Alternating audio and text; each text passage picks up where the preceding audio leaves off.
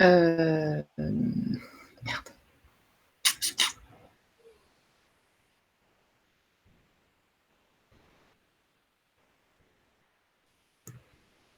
Nous voici. Bonsoir à tous.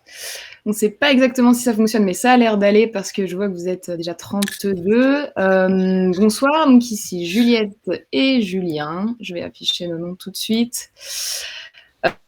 Pour vous parler du nouveau challenge de la FFA, donc la course-poursuite, vous donner un peu toutes les informations concernant le règlement, qu'est-ce que c'est, quoi, comment, pourquoi, et aussi comment ça marche. Donc Julien vous fera un peu tout le déroulé de la procédure technique. On ne va pas faire un live d'1 heure sur cette question-là, mais on va essayer d'être hyper exhaustif et surtout de répondre à toutes vos questions. Voilà. Julien, si tu as un petit mot. Rien de particulier à ajouter, bonsoir, et je te laisse Juliette enchaîner sur la partie présentation du challenge. Oui, voilà, donc on va faire ça comme ça, on fait quelques points importants du règlement, ensuite on passe à la partie technique et puis aux questions que vous pouvez mettre en commentaire. On va les voir apparaître et puis on y répondra soit pendant l'intervention, soit en fin de live pour répondre à tout ce que vous demandez.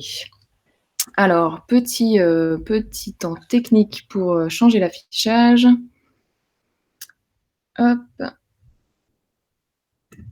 Donc, comment accéder au règlement? Premièrement, je vais mettre ça comme ça. Donc, sur le site de la fédération, vous avez le bandeau Impulse ici. Vous allez cliquer dessus. Voilà.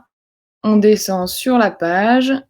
On arrive donc dans tout le dispositif Impulse Aviron qui comporte, pour faire un peu le détail, les webconférences, les challenges, donc on va évoquer plus particulièrement ici, la vie santé et la préparation athlétique, ainsi que des dispositifs de communication à destination des clubs et des pratiquants.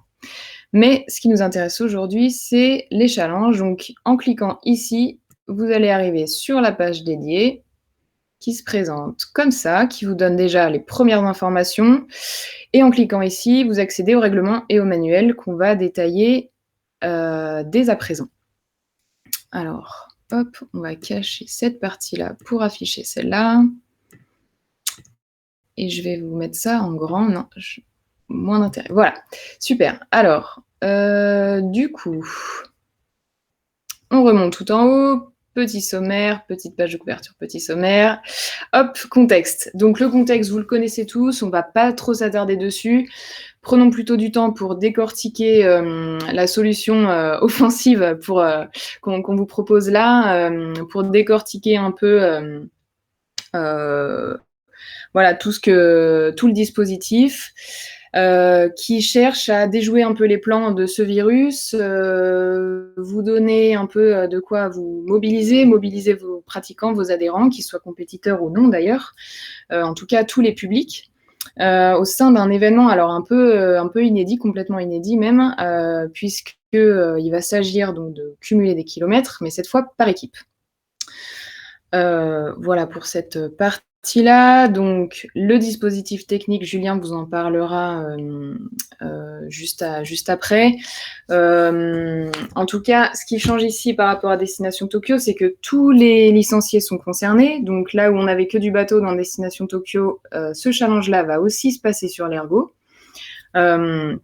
Et il va s'adresser à tous les types de licences. Donc la licence en club, A, U, D, I, BF, donc les bancs fixes, mais également les licenciés individuels indoor, qui sont férus de kilomètres. Donc les rameurs en bateau auront de sérieux concurrents. En tout cas, on l'espère.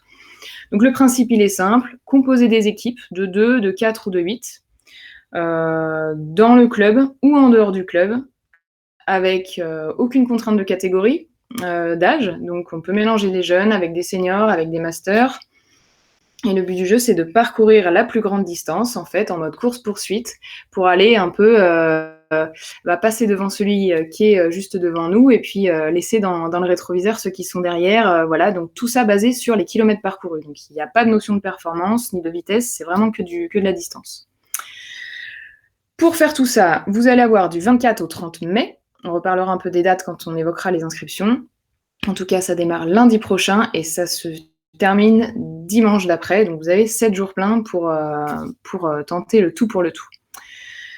Dans la composition des équipes, on reviendra un peu sur les types de catégories. D'ailleurs, je vais descendre un petit peu pour que vous soyez en phase avec moi. Donc, on l'a dit, ce sont des équipes de 2, de 4 ou de 8. Alors, ce qui est... bon, voilà, on avait mis au début double, mais le contexte actuel, c'est un peu... c'est l'ironie de la vie qui est parfois bien ironique, mais bon, du coup, on a remis 2 pour pas créer d'amalgame et laisser penser que la reprise en bateau collectif a été actée. Donc, voilà, c'est bien tout en bateau individuel.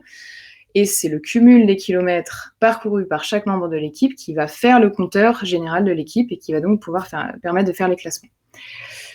Donc les différentes équipes, il y en a 12, enfin différents classements plutôt, il y en a 12. Donc en équipe de 2, donc 2 hommes, 2 femmes et 2 mixtes, donc 1 et 1, on va être tout le temps sur 50-50. Et une équipe para-valide avec au moins un para, donc toutes les catégories PR et au moins un homme et une femme, donc mixte et para-valide. Même principe en 4, donc 4 hommes, 4 femmes et 4 mixtes. Donc 2 et 2, puisqu'on est sur du 50% à nouveau, et para-valide, au moins un PR et au moins un homme et une femme. Et en 8, pareil, 4 hommes, 4 femmes, 4 mixtes, para-valide, au moins 2 para, donc 2 PR, pareil, toutes les catégories, au moins 2 hommes, 2 femmes. Voilà, je rappelle, tout se passe en bateau individuel ou à l'ergo en solo, et il n'est pas autorisé de doubler. Donc une personne ne peut faire partie que d'une équipe. Voilà, donc tout ça, c'est vraiment le classement. On repasse un peu les points importants, mais tout est écrit, vraiment, il n'y a rien de caché. Sur cette partie-là, est-ce que je vous ai tout dit? Oui, je pense. Le dispositif technique, on le balaye ici très rapidement parce que vraiment, on rentre dans le détail après. Sur la pratique en bateau, donc il vous faut un bateau individuel, un skiff, un solo, une planche à ramer, un virus, ce que vous voulez. Un GPS, donc quel que soit l'appareil GPS que vous utilisez. Ça va être une montre, ça va être un Nielsen Kellerman, un Speed Coach GPS. Mais le plus simple, ça va rester le smartphone avec l'application Strava qui est gratuite pour enregistrer un parcours et qui nécessite ensuite un ordinateur pour l'exporter. On a eu pas mal de cas sur le Destination Tokyo. C'est pas l'abonnement payant de Strava qu'il faut, c'est un ordinateur pour exporter le bon fichier. Julien vous fait le détail juste après. Et en indoor, il vous faut un ergomètre Concept 2, donc quel que soit le PM qu'il a, PM 3, 4 ou 5, mais hyper important, il doit être réglé à la bonne date et à la bonne heure, parce qu'ensuite, le dispositif qui nous permet d'authentifier vos performances et de récupérer les kilomètres est basé sur ça. Voilà, donc tout doit correspondre. Une fois que vous allez saisir vos performances, il nous faut que la date corresponde à la distance parcourue, au temps ramé et au code de vérification. À nouveau, Julien vous fera vraiment tout le détail après. Côté règlement et inscription, donc ouverture, c'est déjà ouvert depuis le 12 mai. Je sais que les clubs sont en train de s'organiser. On a pas mal de retours sur la constitution des équipes là, donc il y a un peu d'effervescence pour faire au mieux sur la constitution des équipes. Vous avez jusqu'au 30 mai pour vous inscrire, pour inscrire une équipe, sachant que bon, c'est pas hyper malin de s'inscrire le 30 mai parce que vous allez avoir un temps très court pour du coup parcourir vos kilomètres et vous classer, mais on laisse quand même ouvert jusqu'au dernier moment quasiment, puisque vous avez jusqu'à 16h pour engager une équipe sur l'intranet fédéral et ensuite jusqu'à 19h, c'est écrit juste là, 19h pour saisir les derniers kilomètres. Donc, c'est vraiment le last minute dimanche prochain à 19h. Enfin, dimanche pas prochain, celui d'après. Quand on va être sur des équipes 100% du même club, on passe comme d'habitude par l'intranet fédéral. Quand on va vouloir faire des mixtes de clubs ou associer des licenciés individuels entre eux, on a mis en place un formulaire Google qu'il faut vraiment remplir minutieusement, surtout en ce qui concerne les numéros de club et les numéros de licence. On vous en montre une partie tout à l'heure. Voilà les différentes catégories qu'on a vues. Sur les dates, un petit mot pour Tahiti, parce que je sais pour le Destination Tokyo, vu qu'il y avait 2 week-ends inclus, ils avaient mangé un petit peu du temps de rame sur un week-end. Donc là, ça se présente pas, puisque comme en métropole, on va commencer à 9h le lundi, en fait, là où nous, on va dormir, eux seront bien réveillés et pourront attaquer les challenges et les kilomètres un petit peu plus tôt que nous. Donc voilà, finalement, ça sera un temps glissant, donc il n'y aura pas de bonne ou de mauvaise situation, si on peut dire comme ça. Tout le monde aura le même temps disponible pour ramer. C'est gratuit, comme Destination Tokyo et comme tout ce qu'on vous proposera dans le cadre de ce plan de relance, puisque c'est un peu l'objectif. Donc voilà, on est vraiment attaché à ça. La fédération souhaite vraiment mettre à votre disposition le plus d'outils possible pour relancer, reprendre, voilà, quel que soit le verbe qu'on choisit. Et pour revenir à du practico, une fois que vous êtes inscrit, donc, vous allez recevoir un mail, ou plus exactement, les licenciés engagés vont recevoir un mail sur le mail qui est saisi sur leur licence, contenant le lien qui va leur permettre ensuite d'enregistrer des résultats. Donc si après l'inscription sur l'intranet, vous ne recevez rien dans l'heure qui suit, allez voir dans les spams, dans les indésirables, et si jamais vous n'avez toujours rien, contactez-nous par mail. Je vais vous donner l'adresse juste après. Pour nous le demander, on va vous le renvoyer. Quand il va s'agir des équipes mixtes de club, il y aura un petit délai supplémentaire. Ça ne vous empêche pas de ramer, d'accumuler des kilomètres, de compiler un peu vos GPX et puis vos performances à l'ergo pour les saisir dès que vous recevez le lien. Voilà, il y aura un petit temps supplémentaire parce qu'une fois que vous avez saisi dans le formulaire, nous, il faut qu'on vous importe dans l'intranet fédéral et qu'ensuite, ça déclenche l'envoi du lien. Donc, tout ça enchaîné prend un petit peu plus de temps. Voilà, on arrive sur la fin de la partie réglementaire. Très important donc, pas de participation possible sans inscription, évidemment, sans lien, donc si vous ne l'avez pas, il faut le demander, et sans tracé GPS valide ou code de vérification. On va voir juste après ce que c'est un tracé GPS valide ou un code de vérification.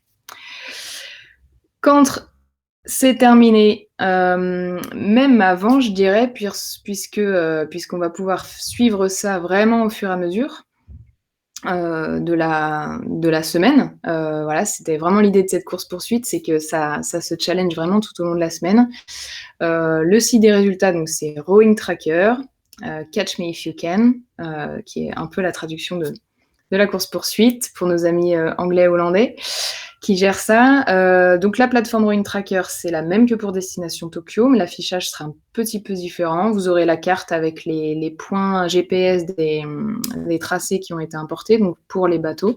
Pour l'indoor, il n'y aura pas de visuel, mais les classements comprendront bien sûr les kilomètres effectués en bateau et à l'ergomètre. Et les tableaux des classements, donc dans les 12 catégories que nous vous proposons. Voilà, les équipes vainqueurs seront récompensées, évidemment. On travaille à des jolies choses et les partenaires aussi, donc Incept et Mizuno, vont pouvoir aussi vous envoyer des belles choses avec des tirages au sort. Je peux déjà vous dire que pour Incept, il y aura 4 bons d'achat de 150 € qui seront tirés au sort parmi toutes les équipes participantes. Voilà, pour se faire plaisir pour sa pratique ergo ou bateau.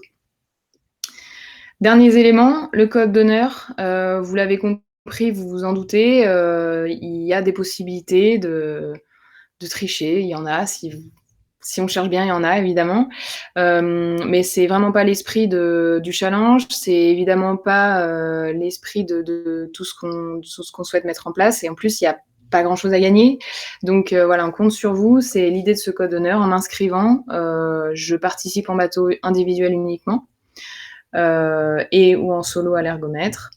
J'engage toutes les personnes qui souhaitent participer et sans saisir des kilomètres à des personnes qui n'en seraient pas à l'origine.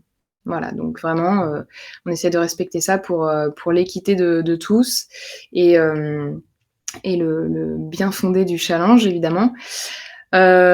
Si des fois il y a des réclamations, sachez que si ça concerne un des éléments qui est évoqué dans le règlement ou dans le manuel, ce ne sera pas valide. Et voilà, donc on fera en sorte d'écouter tout ce que vous avez à nous dire. Et si on a une solution, évidemment, on vous la proposera.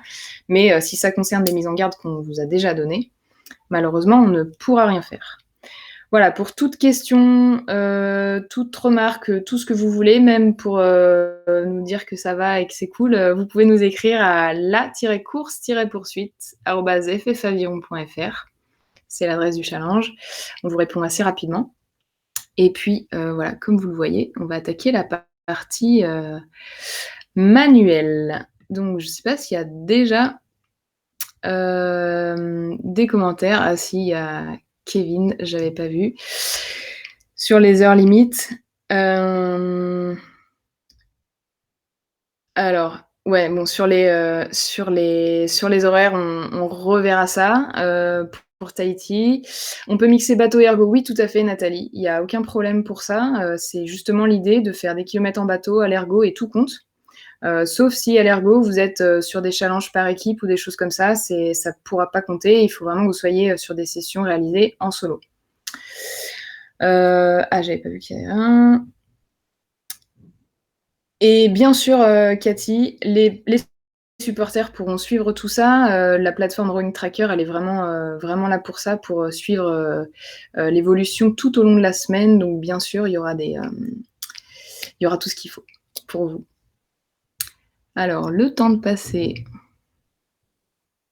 Hop. À Julien. Du coup, je disparais. À tout à l'heure.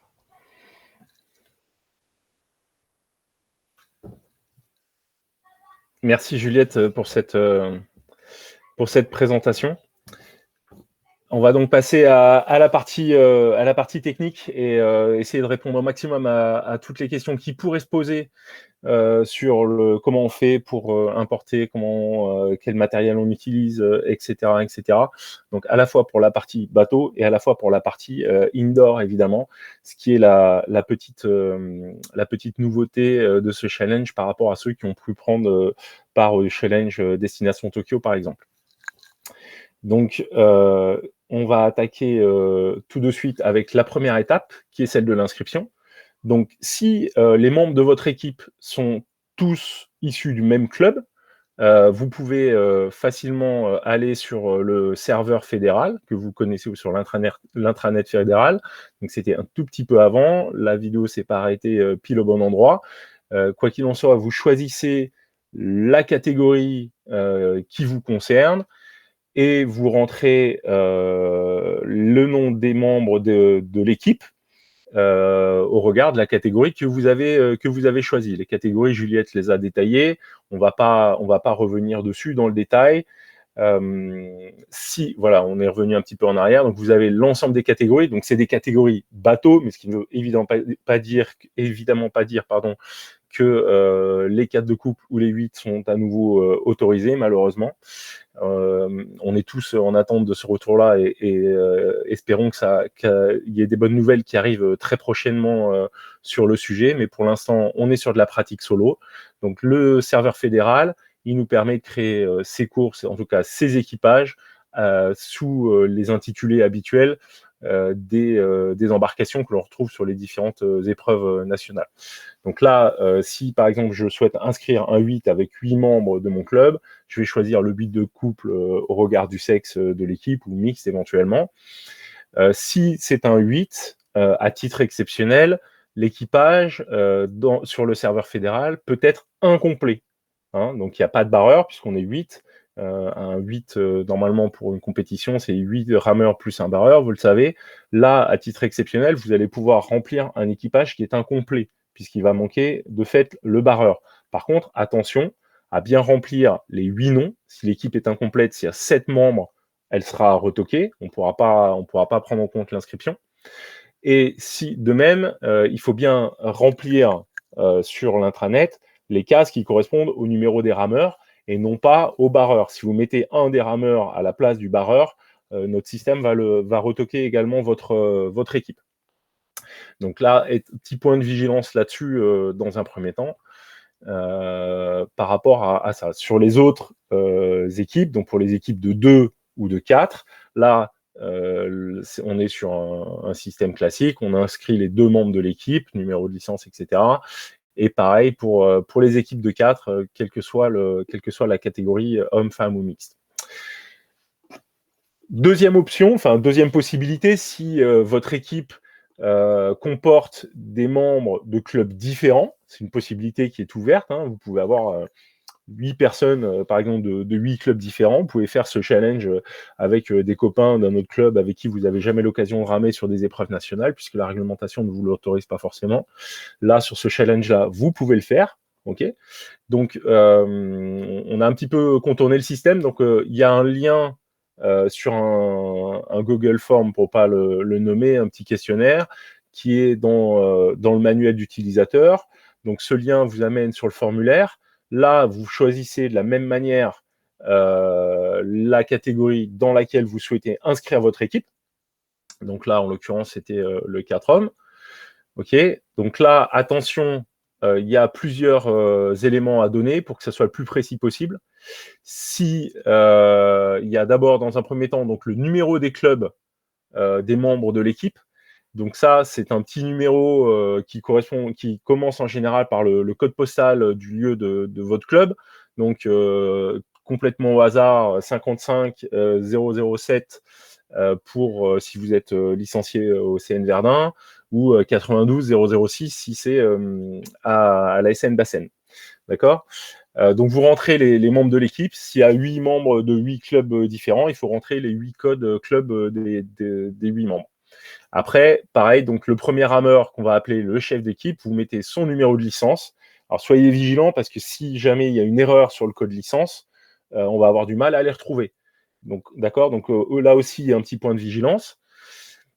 Donc vous rentrez le numéro de licence. C'est bien un numéro, soyez vigilants, là aussi, à 6 chiffres. Et donc, même si vous avez je ne sais pas quel numéro de licence, mais il faut bien veiller à ce qu'il y ait ces 6 chiffres qui apparaissent sur le questionnaire pour l'ensemble des rameurs que vous souhaitez voir participer à votre équipe. OK, donc après, étape suivante. On enchaîne. Donc l'étape 2, les parcours, les entraînements, les sessions, peu importe comment on les appelle. Donc là, on est sur la partie sur l'eau, hein, donc avec les consignes spécifiques par rapport à l'utilisation des GPS. Donc par rapport à ça, Juliette va revenir un tout petit peu en arrière. Elle a été un petit peu plus vite que la musique. Donc voilà, nous y revoilà. Donc point important, là aussi, un autre point de vigilance sur le paramétrage de la précision. Vous le savez ou vous ne le savez peut-être pas, un GPS, en tout cas tous les GPS, n'ont pas nécessairement la même précision.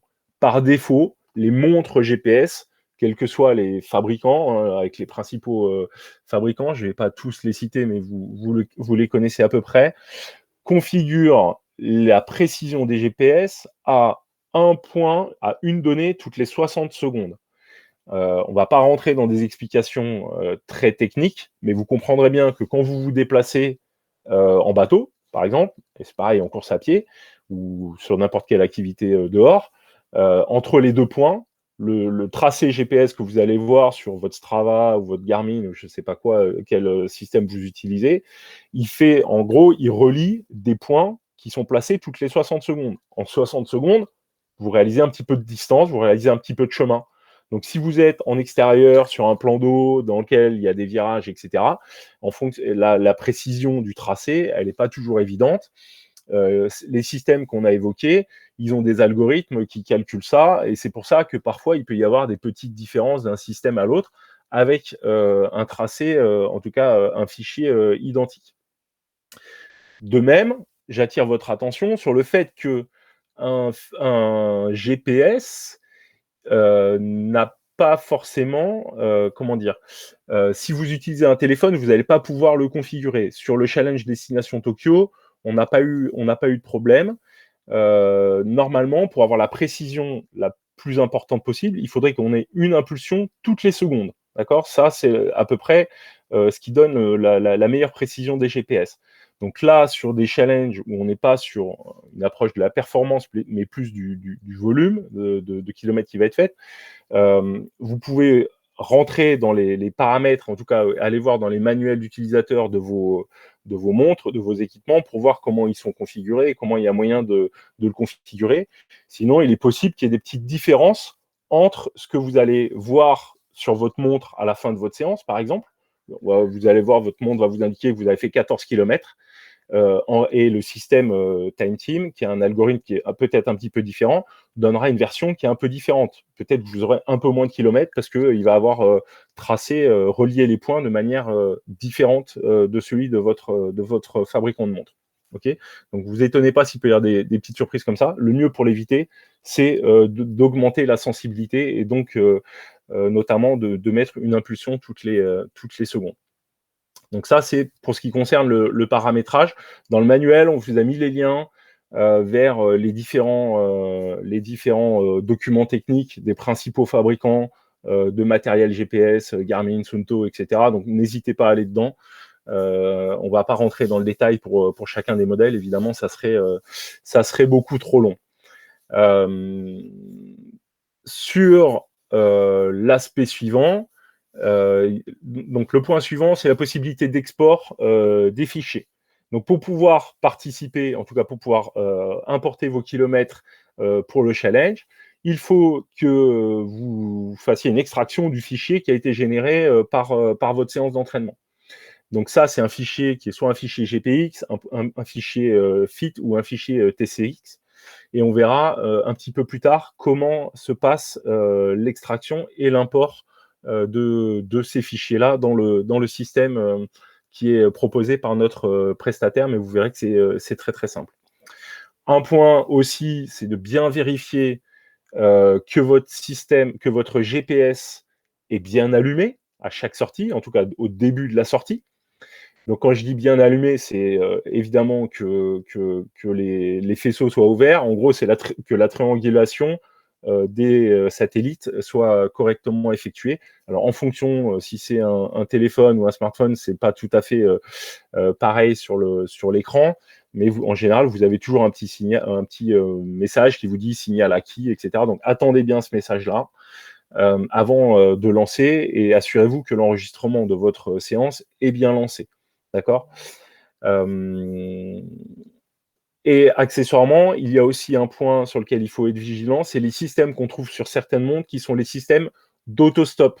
Vous savez, c'est quand on fait un footing en milieu urbain, quand on arrive à un feu pour traverser la route, la montre, elle s'arrête automatiquement.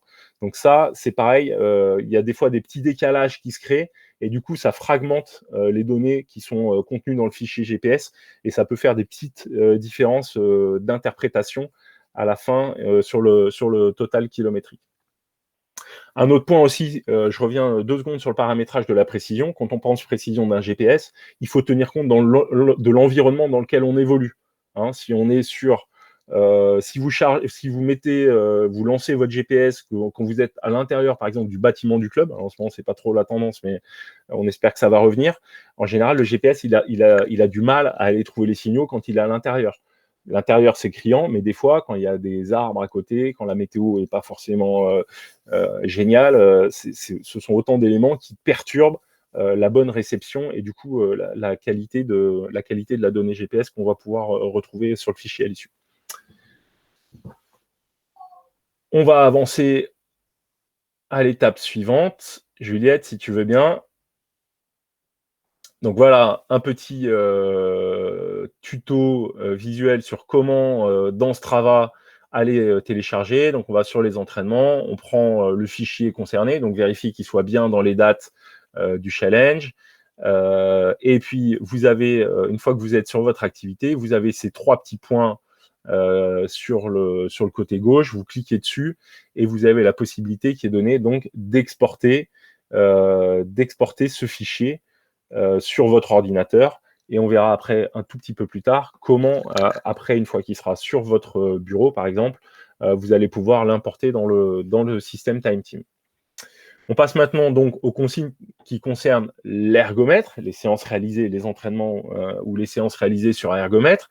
Donc on parle bien ici pour ce challenge, vous l'avez compris, d'ergomètre concept 2 uniquement. Ça peut être des écrans PM3, PM4, PM5. Donc, le point, là aussi, un point de vigilance important, c'est de bien régler, de bien paramétrer la date et l'heure de votre écran, quel qu'il soit. Vous allez voir qu'on va utiliser le code de vérification. Si la date et l'heure ne sont pas correctement configurée, le système rejettera une date qui ne serait pas dans la période du challenge. D'accord? Donc ça, c'est important de le paramétrer avant le challenge et en tout cas de vous assurer de l'avoir fait avant, puisque si tel n'était pas le cas, malheureusement, on ne pourrait pas récupérer les données de la séance que vous avez effectuée. Donc, si vous faites, je ne sais pas, 20 ou 40 km, je ne sais quoi, sur l'ergo, même si c'est dans le bon jour, si la date est dans le code d'authentification n'est pas la bonne, on ne pourra pas le récupérer. Donc, faites gaffe à ça. Un point de vigilance, encore une fois, sur le fait que le système va rejeter automatiquement 2 séances qui auraient la même distance, le même temps, réalisées le même jour. Alors, l'exercice semble assez improbable, mais pour autant, on préfère vous prévenir qu'il n'y ait pas de mauvaise surprise. C'est-à-dire, je dis n'importe quoi, mais si je fais 2 fois 10 000 mètres dans la journée en 1,49.0, quand je vais les importer, le système, il va en rejeter un. Donc ça, voilà, ça semble un petit peu improbable. Maintenant, donc vous êtes avertis. Donc si vous voulez vous amuser, vous pouvez le tester, mais il y aura une des 2 séances qui sera perdue pour le challenge, malheureusement. Toutes les donc les petits V en vert, là, les petites cases vertes, c'est donc pour le type de programme qu'on peut utiliser dans le cadre du challenge. Donc ramer en continu, juste ramer, la fonction juste ramer, il n'y a pas de souci. Les distances et les temps, il n'y a pas de souci. Les intervalles, temps et distance, ça fonctionne aussi. Le jeu du poisson, ça fonctionne aussi à condition qu'on le fasse en entier, qu'on n'arrête pas la séquence en cours de route. Pareil pour le jeu des fléchettes et les entraînements ciblés. Il y a juste, je crois que c'est les intervalles en calories qui ne fonctionnent pas. Donc voilà, essayez de rester sur ces types de programmation-là. Ça fonctionne. Pour collecter le résultat, là, la procédure, elle est simple. En fait, ce qu'il faut donc pour le code de vérification, on l'a peut-être vu tout à l'heure sur la vidéo, j'ai pas fait trop attention à ce qui défilait. Donc pour les PM5, donc on va dans mémoire, liste par date. Pour les PM3, 4, c'est sur autre option, mémoire, et on sélectionne la performance à l'aide des flèches et en ouvrant et en cliquant sur la loupe. Okay, donc ce qui est important, c'est toujours de garder la date, le temps total et la distance totale. OK. Donc on enchaîne sur l'étape 3. Donc là, on est sur le mail que vous avez reçu pour le destination Tokyo, qui vous est envoyé par Time Team directement. Donc vérifiez bien que ça soit le bon mail avec le bon nom, le bon club, etc.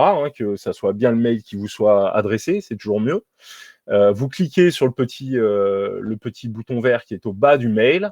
Et là, vous arrivez sur cette page qui va vous permettre de choisir les 2 options, donc soit outdoor, donc bateau, mer ou rivière, comme vous savez que c'est possible de faire les 2, soit indoor.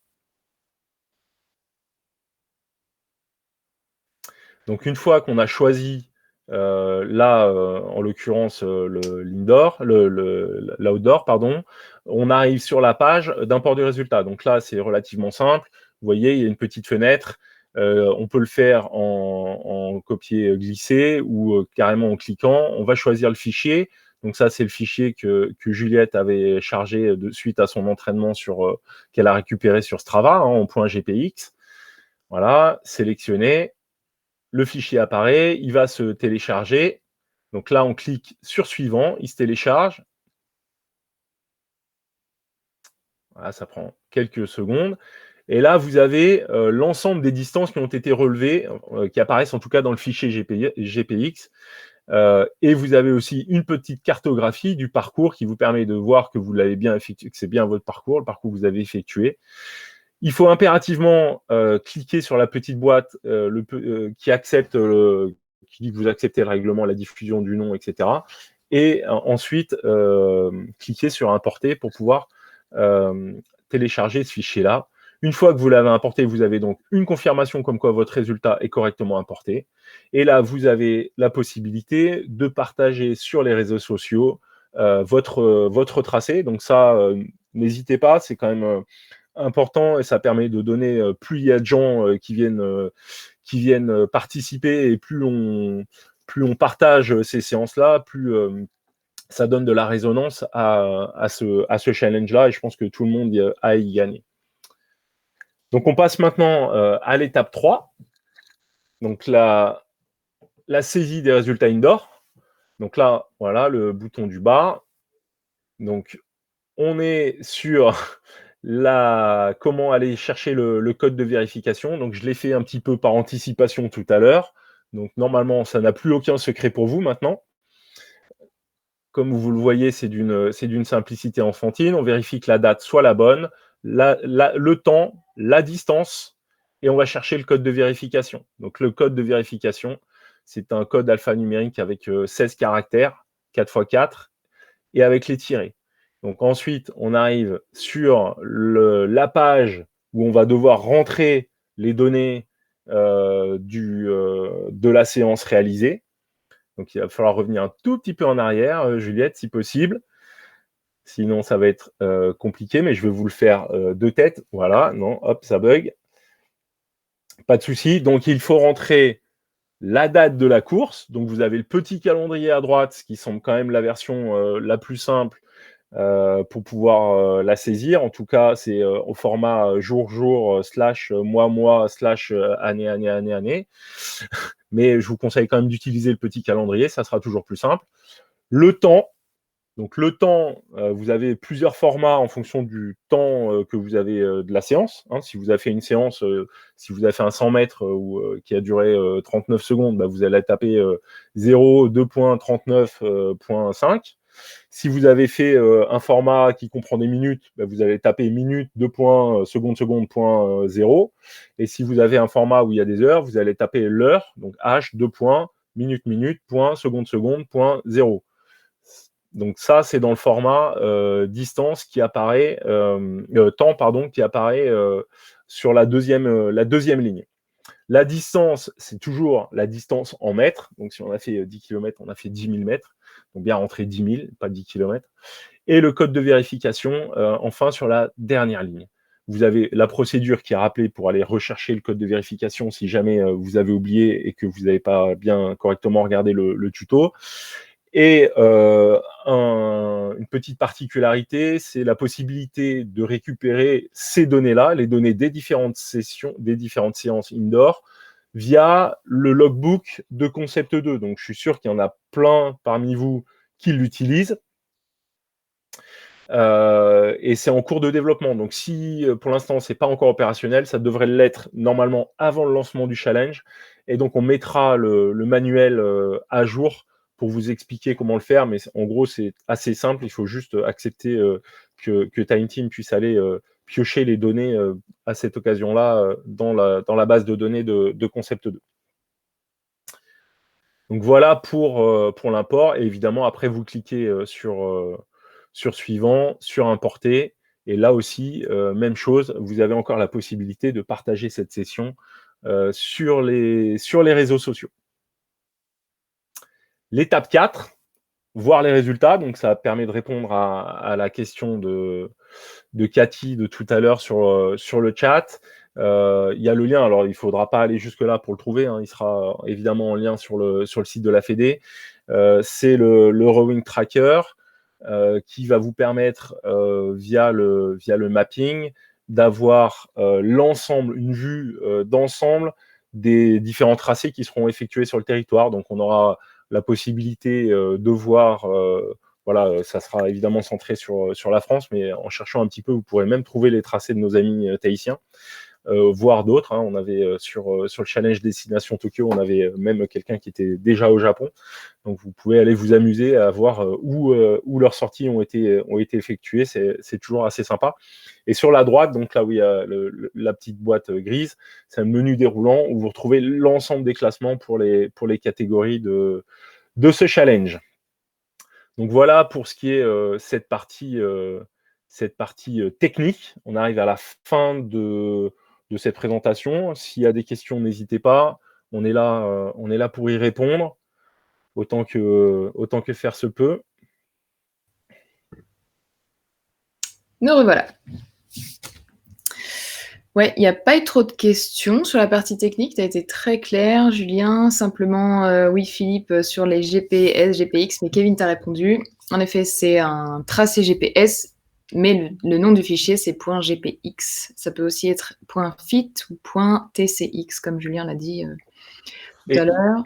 Et vous retrouvez, de toute façon, tout ce qui a été dit là, vous le retrouvez plus détaillé encore dans le manuel technique qui est disponible sur le site de la fédération.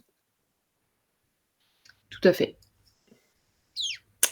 Et pour ceux qui regardent ce webinaire en replay, n'hésitez pas à nous écrire. On mettra l'adresse mail un peu partout dans le manuel, sur le site, etc. Donc n'hésitez pas à nous écrire pour tout ça. J'avais vu une question aussi de Nathalie, c'est-à-dire si on est en équipe, on ne peut pas mixer ergo et bateau. Si, en fait, chaque membre de l'équipe peut ramer à l'ergo, en bateau, saisir ses performances. Les performances que cette personne aura réalisées donc seule, en bateau individuel ou seule à l'ergo. Et c'est l'addition des distances de tous les membres de l'équipe qui fera le compteur général. Voilà. Mais on ne peut pas ramer en équipe sur l'ergo et on ne peut pas ramer en bateau collectif. Peut-être pas été très clair tout à l'heure. Une chose qu'on n'a pas dite, je crois, Juliette, c'est le fait de, idéalement, vu que c'est une course-poursuite, télécharger les séances au fur et à mesure, ne pas attendre la fin du challenge pour rentrer toutes les séances de votre équipe, sinon ça va pas être très lisible et l'enjeu va être un petit peu moins fun pour tout le monde. Donc voilà, si on veut que ça soit animé quotidiennement et que les positions bougent et que ce petit effet de course-poursuite soit réel, voilà, on vous demande à tous de jouer le jeu et de les rentrer de manière régulière, de sorte à ce que ça vive en permanence. Voilà pour nous. S'il n'y a pas d'autres questions, on va vous remercier. Je crois qu'on a été assez bonne soirée. Merci à tous en tout cas de l'avoir suivi. Merci à ceux qui le reverront en replay. Et puis à la semaine prochaine pour le départ alors. Bye Merci bye. à tous. Bye.